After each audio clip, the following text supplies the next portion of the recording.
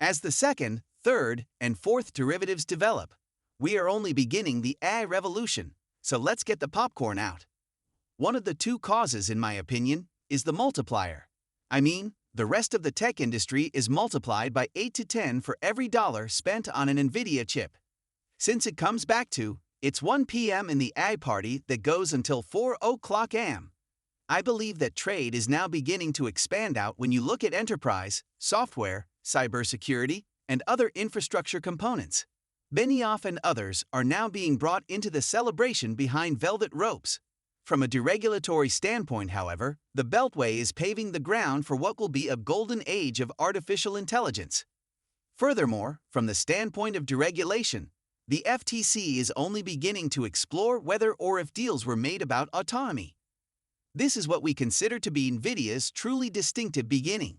Although the share price has returned to above $140, the second half of the year has been somewhat sluggish in comparison to the first half of the previous year. What do you believe transpired here? Did everything simply take a brief respite? Have a happy holiday season. Being here is wonderful. I appreciate being on today. I mean, Nvidia's potential momentum is at an intriguing period. The demand for their chips increased significantly as the first half of this year approached. As the second half got underway, we began to receive inquiries concerning Blackwell and what the company's future held.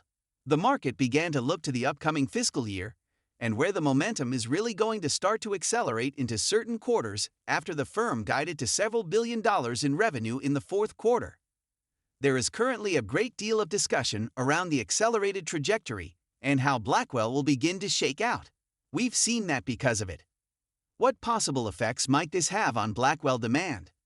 Do you think they're generally good? Is this mostly a predicted, apparent demand? Or are there many other tail risk outcomes? Over $100 billion is estimated when we look out 2 years. Thus, it is evident that there are bulls and bears in the world. Analysts predict that Blackwell's sales will be at or below $40 billion, and at or over $100 billion in the upcoming year. This indicates to me that there may be some stock volatility if consensus trends either significantly above or significantly below those expectations in terms of where the numbers are convergent. Good numbers to be aware of and to keep in mind. Look, we are going to discuss Tesla in this context. Melissa, stay with us. Tom, let's get started on this discussion. Looking at Nvidia's options and the range it's been in, Mr. White, I believe it's time to see whether everyone lines up for next year if all those orders materialize. Melissa made this point around now. Is it solely driven by secular demand, or does it fluctuate according to economic events? Nvidia may have been somewhat range-bound because of this. What impact has that range had on the options trade within it? Inferred volatility is, in fact, declining. It is at the bottom of the IV percentile rank, which is less than 25%. Have you really calmed down? Yes, that is the result of a surge of more than 3% over the previous 2 sessions.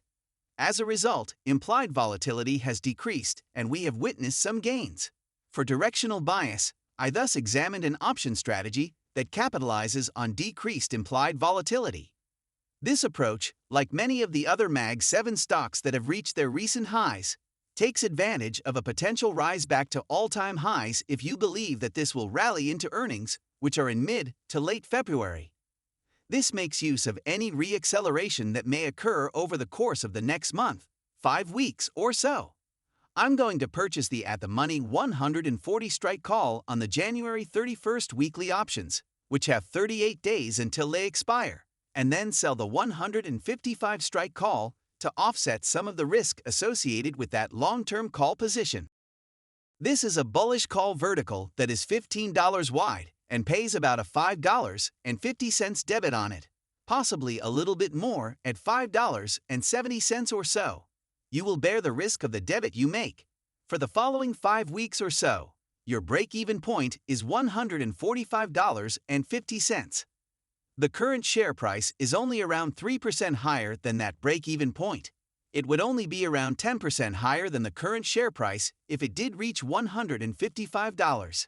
In order to enter this bullish position at a lower price, you should seek for moderate movement to the upside where it grinds higher and low implied volatility. Okay. Not asking for much, Just a slight increase in Nvidia's performance back into the 140s. By the end of next month, that shouldn't be too much to ask for, right? January 31st? 38 days until January 31st. Yes. Okay, good. That's nice. How drastically different are Tesla and Nvidia, Melissa, in terms of how their results are visible based on visible alpha consensus? To use your guys' term, the Cybertruck is, in my opinion, the key story here for Tesla, and it is generally agreed that the number of Cybertrucks will triple. There has been a lot of debate about whether or not that will serve as a stimulus for the upcoming year. I believe that's something we're looking into. Whoa, Cybertruck is so important. The robo stuff is something we hear about a lot. All of that seems too futuristic. Will the Cybertruck have a significant impact on existing sales? And that's what the data show me. It may be an indication that a product category is about to take off when you notice a number that is practically double year over year from a relatively low foundation. Well, it appears that people have reacted favorably to the truck. Do you think that robo valuations and such are real? People are saying that. Elon is stating that in the future, we will have 2 androids per individual. To what extent is all of that hype? After all, having a robot or someone to help me clean up after the holidays and handle some of my holiday shopping would be fantastic. I've been quite busy this holiday season because of it. Yes, it is true. Elon, let's move quickly. That shopping bot, please. Regards, Melissa. Thank you. I'm grateful, Tom. Describe the Tesla possibilities for me. The flip-flop is up more than 4% today, notwithstanding the stock's movement. I have no idea why, but it continues to move upward. In reality, implied volatility levels are high. They are increasing despite the stock's rise. Therefore, that gives me buffers on this one and may lead to certain option strategies that are a little more conservative. Just behind the all-time highs we reached last week, the stock has risen over 80% so far this year.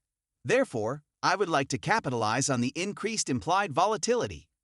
Selling a put vertical to profit from a neutral to bullish posture could be a strategy to play it to the downside if you're still bullish on this name. In order to maintain my risk tolerance in a company like Tesla, I sold the 420 put out of the money to the downside during the January monthly cycle and subsequently purchased the 400 strike put. It was trading earlier on a $20 wide short, put vertical collecting that is neutral to bullish, and I have a $7 credit on this. That credit that you collect is what you can make on this position, even though it's probably trading closer to $6 right now. On a trade like this, I get a $7 credit, which lowers my break-even point to $413. That is almost 7% less than the share price as of right now. In this case, you can profit in 3 of the 4 possible outcomes. The stock continues to rise, you maintain the credit. The stock remains at its current level, you keep the credit. Or the stock declines but stays above the $413 break-even point, you can still profit from this trade. If you require any other changes, please let me know.